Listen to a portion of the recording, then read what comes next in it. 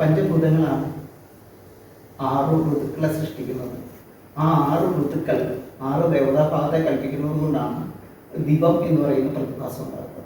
ആ ദിവം എന്ന് പറയുന്ന പ്രതിഭാസം ദൈവിക പ്രതിഭാസമാണ്. ആ ദിവ പ്രതിഭാസത്തിന് കാരണമായിരിക്കുന്ന 6 ശക്തികളെ, അതിൽ 3 സ്ത്രീഭാവത്തിലും 3 പുരുഷഭാവത്തിലും, അതായത് 3 വൈറ്റ് എനർജിയിലും 3 ഡാർക്ക് എനർജിയിലും.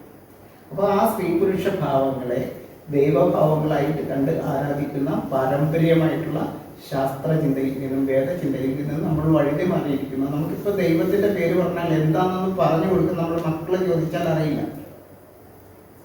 1 മണിക്കൂറോ 2 മണിക്കൂറോ പ്രഭാഷണം നടത്തിയാൽ, ശിവനേതാണെന്ന് പറഞ്ഞ് പ്രഭാഷണം നടത്തിയാൽ ശവവും ശിവവും എന്താണെന്ന് തിരിച്ചറിയാൻ പാടില്ലാത്ത അവസ്ഥയിലേക്ക് ആ പ്രഭാഷണം ചെന്നെത്തും. അപ്പം നമുക്കിപ്പോൾ ഉള്ള പ്രശ്നം എന്താണെന്ന് വെച്ചാൽ ആയുർവേദത്തിനും ഇപ്പോൾ നമ്മുടെ ജീവിത രീതിക്കുള്ള ഒരു വിഷയം സംഭവിച്ചിരിക്കുന്നതെന്ന് വെച്ചാൽ ദൈവവും നമ്മളുടെ വൈദ്യവും തമ്മിൽ അകന്നു പോയിരിക്കുന്നു. വൈദ്യന് ദൈവത്തെ കാണിച്ചു കൊടുക്കാൻ അറിയാൻ പാടില്ലാത്ത അവസ്ഥയിലേക്ക് വന്നിരിക്കുന്നു. വൈദ്യവും മാറിയിരിക്കുന്നു, വൈദ്യം മാറിയിരിക്കുന്നു, ദൈവവും മാറി നിൽക്കുന്നു. ഇതാണ് ഏറ്റവും വലിയ.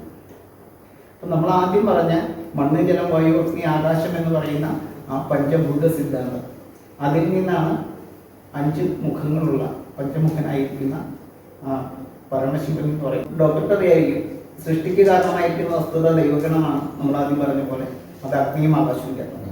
അഗ്നിയാണ് ബ്രഹ്മശക്തി, ആകാശമാണ് സരസ്വതി.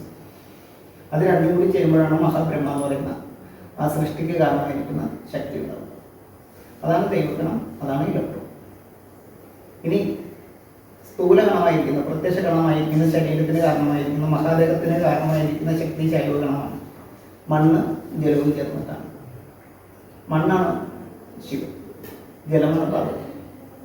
മണ്ണ് പ്ലസ് ജലം സമം മഹാദേവൻ സമം പ്രോട്ടോ. പരമശിവൻ എന്ന് പറയുമ്പോൾ വ്യത്യാസമുണ്ട്. മണ്ണാണ് ശിവൻ, മണ്ണ് പ്ലസ് ജലം സമം മഹാദേവനായി, അർദ്ധനാരീശ്വരനായി. മണ്ണ്, ജലം, വായു, അഗ്നി, ആകാശം എന്ന് ചേരുമ്പോൾ അത് പരമശിവനാണ്. പരമാണുവിൻ്റെ ഏറ്റവും വലിയ ഭീമനായിരിക്കുന്ന അവസ്ഥ, ഭീമന്റെ പേര്, അതാണ് പ്രപഞ്ചം, ഈ ഭൂമി.